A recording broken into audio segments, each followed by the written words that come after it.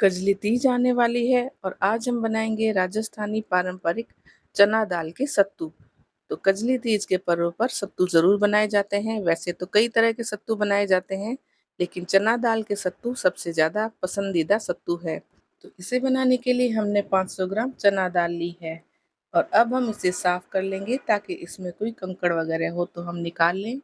और इस तरह से छिलके वाली जो चना दाल है उसे भी हम अलग कर लेंगे, क्योंकि जब हम सत्तू में इसे साथ ही यूज़ कर लेंगे तो इसका छिलका सत्तू में साथ में आ जाता है, जो अच्छा नहीं लगता।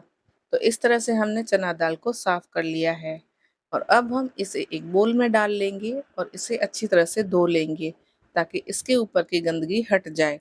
2-3 पानी से धोने के बाद में इसे हम एक कपड़े के ऊपर फैलाकर सुखा लेंगे और ये पंखे के नीचे जल्दी सूख जाती है और इसका मॉइस्चर भी निकल जाएगा। और जब ये प्रॉपरली सूख जाएगी तो इसे हम भून लेते हैं।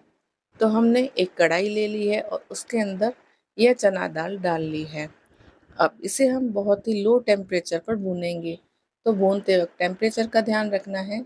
हाई टेम्परेचर पर हम इसे भूनेंगे तो ये ऊपर से जल जाएगी और अंदर से कच्ची रह जाएगी। तो हमें इसे इवनली भूनना है ताकि ये अंदर से भी पक जाए और चारों तरफ से इसका सुनहरा कलर हो जाए और यह अच्छी तरह से सिक जाए। तो फ्लेम का या टेम्परेचर का ध्यान रखते हुए इसे हम लगातार चलाते हुए ऐसे ही भूनते रहेंगे, चलाना छोड़ेंगे नहीं, नहीं तो ये जल जाएगी और बेकार हो जाएगी।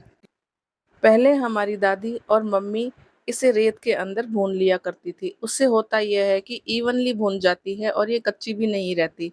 लेकिन अब सिटी में रेत मिलना मुश्किल है, तो आप इसे नमक के साथ भी सेक सकते हैं, अगर आपको इसे ऐसे सेकने में दिक्कत आए तो। हमने तो इसे डायरेक्ट ही सेक लिया है, लेकिन बहुत ही लो टेम्परेचर पर। और इस तरह से ऊपर से जब ये ब्राउन हो जाती है और खुशबू आने लग जाती है, तब तक हम इसे भूनेंगे।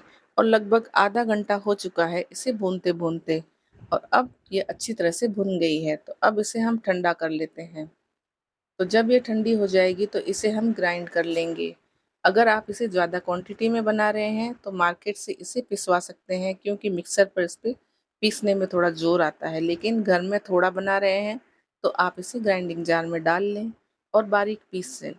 और पीसते वक्त इसे आप बार बार मैदा छलनी से छानते जाएं और पीसते जाएं, जिससे आपको बारीक पाउडर मिल जाएगा। अब हम सत्तू बांध लेते हैं। तो हमने 500 ग्राम चना दाल के इस बारीक पाउडर के साथ में 250 ग्राम चीनी का पाउडर इस्तेमाल किया है। आप देसी खांड या बूरा का इस्तेमाल भी कर सकते हैं।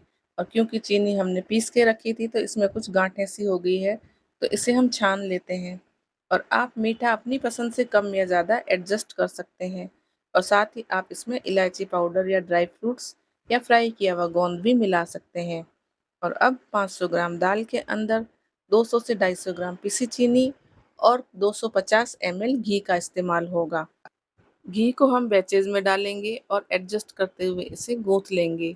तो हमें इसे टाइट टाइट ही रखना है, क्योंकि घी मेल्ट हो जाता है और ये फैल जाता है। तो सत्तू का शेप होल्ड करने के लिए हमें बराबर मात्रा में ही घी डालना है। और इस तरह से हम लड्डू बना लेंगे जितनी साइज़ का हमें सत्तू बनाना है। और फिर हम इसे प्रॉपरली गोल शेप देकर बांधेंगे। और सत्तू के शेप के लिए ऊपर से हम थपथपाकर इस तरह से सत्तू बना लेंगे, जैसा कि आप वीडियो में देख पा रहे हैं। इसका दिखने का लुक है जो नान कटाई जैसा है, नीचे से बिल्कुल फ्लैट होता है और ऊपर से इस तरह से गोलाई लिए हुए। तो हम इसी तरह से सारे सत्तू बांध लेंगे। सत्तू बनकर तैयार है। आप अपने तरीके से इसे डेकोरेट कर सकते हैं। तो हमने इसे सिल्वर वर्क से गार्निश कर लिया है और साथ ही बादाम से इसे डेकोरेट कर लिया है। यह सब डेकोरेशन टोटली ऑप्शनल है, आप इसे प्लेन ही रख सकते हैं। तो लीजिए, बहुत ही मज़ेदार चना दाल के सत्तू बनकर तैयार है। और इसी तरह से हमने अपने चैनल पर चावल के सत्तू की रेसिपी भी अपलोड कर रखी है, आप उसे देखना ना भूलें। और आगे हम गेहूं के आटे की भी सत्तू की रेसिपी आपके लिए शेयर करेंगे। तो रेसिपी को ढेर सारा शेयर, लाइक और चैनल को सब्सक्राइब करें।